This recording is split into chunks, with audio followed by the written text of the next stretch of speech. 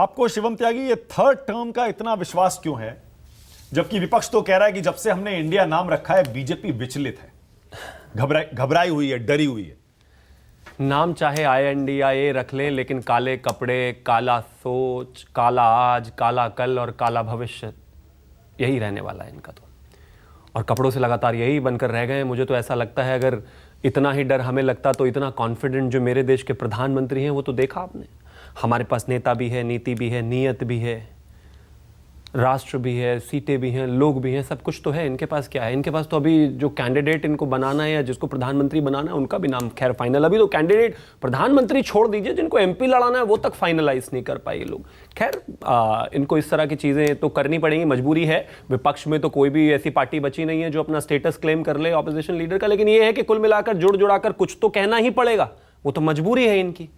लेकिन बात साफ है, इस देश के लिए, इस देश के प्रधानमंत्री ने कल जो कहा वो बहुत इंपॉर्टेंट भी है। उन्होंने कहा कि ये नरेंद्र मोदी की गारंटी है कि तीसरे टर्म में ये देश GDP के हिसाब से दुनिया का तीसरे नंबर का देश होगा।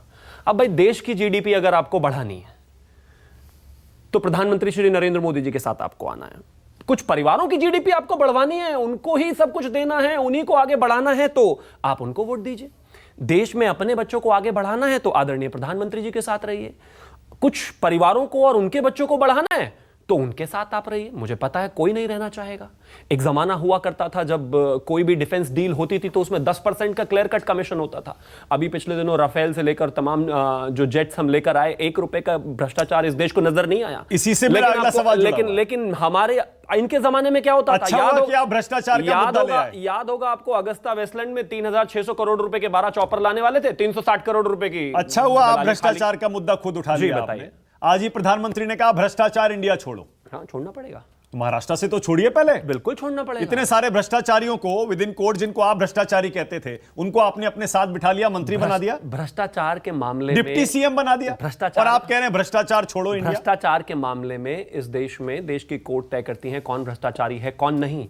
और बात बहुत साफ है, जो हमारी तरफ के सामने वाले भ्रष्टाचारी है ना, ये तो बाकायदा कोर्ट अनकोर्ट जो कोर्ट ने मान लिया उस भ्रष्टाचारी को लेकर बैठे हुए हैं। तेजस्वी तो भ्रष्टाचारी नहीं हुए। फिर तेजस्वी भ्रष्टाचारी नहीं हुए। तेजस्वी पर तो कोई कोर्ट में है ना, लेकिन लगातार नहीं है ना, जांच के दौरान है।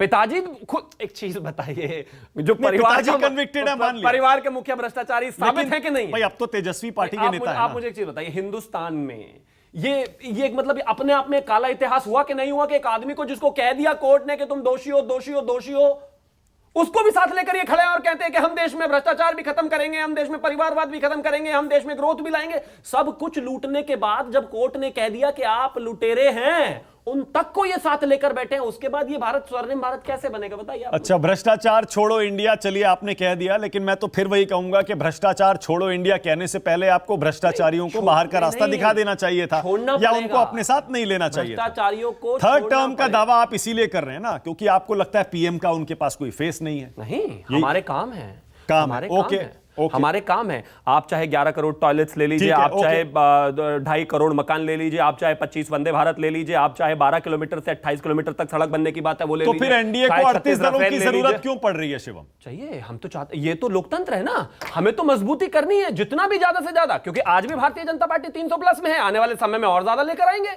और अगर भारतीय जनता पार्टी और इस देश के प्रधानमंत्री की विचारधारा से कोई जुड़ना चाहता है तो उसका तो स्वागत होना चाहिए। आपको झटका तो लगा होगा कि KCR उस तरफ चले गए, अविश्वास प्रस्ताव ले आए, आपको लग रहा था शायद ये जो न्यूट्रल पार्टियां हैं ये सारी की सारी आपकी तरफ आ जाएंगी, लेकिन KCR तो चले गए इंडिया में। YSR की आपने बात नहीं की, BJD की आपने बात नहीं की, और भी कुछ न्यूट्रल पार्टियां हैं उनकी आपने बात की। मैंने भी बताया YSR इंडिया के साथ आ गए। अभी वाले सवाल में तो बड़ी बड़ी पार्टीज हैं, इधर भी आ रही है। आप देखिए ना, थोड़ा समय बीतने दीजिए। जिस तरीके से इन्होंने एक जो है झूठा INDIA क्रिएट करके माहौल बनाने की कोशिश करी, वो अपने आप ही डिरेल होता जा रहा है, ये जानते हैं इस बात। ऑलराइट,